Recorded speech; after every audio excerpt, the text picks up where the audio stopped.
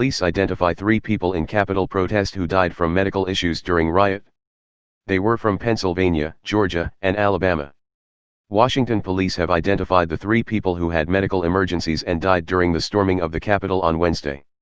A man who died of a medical emergency during the storming of the Capitol was the founder of a pro-Trump social media site called Trumperoo and had coordinated transportation for several dozen people from Pennsylvania to Washington. The Philadelphia Inquirer reported that 50-year-old Benjamin Phillips drove there in a van along with Trump-related memorabilia he had produced. The Inquirer and the Bloomsburg Press Enterprise both spoke with Phillips before the rally.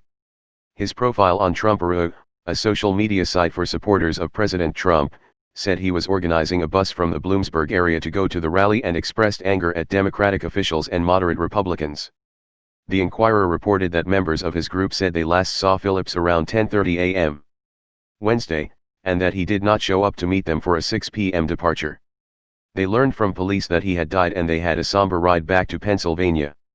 Phillips told the Bloomsburg Press Enterprise on Tuesday that people from other states were staying at his home. He said, "My hostel is already full." A 55-year-old Alabama man who was an ardent supporter of President Trump also died during the siege. Washington police said 55-year-old Kevin D. Greason, of Athens, died of a medical emergency Wednesday. Family members said he had a heart attack. The family described Greason as a supporter of Trump, but they maintained he wasn't there to participate in the rioting inside the Capitol. A social media account featuring a profile photo of Greason recently echoed a message by a militia group and added, "I'm in. Call me, I have guns and ammo." A 34-year-old Georgia woman was among the 3 people who died from medical emergencies during the insurrection at the U.S. Capitol. City police said Thursday that Roseanne Boyland, of Kennesaw, GA, died of a medical emergency during Wednesday's violent protests.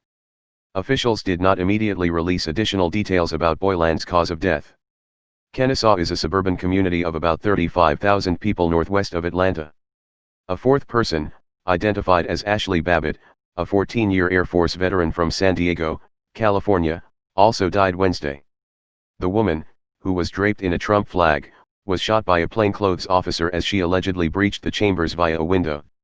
She was rushed to a local hospital in critical condition.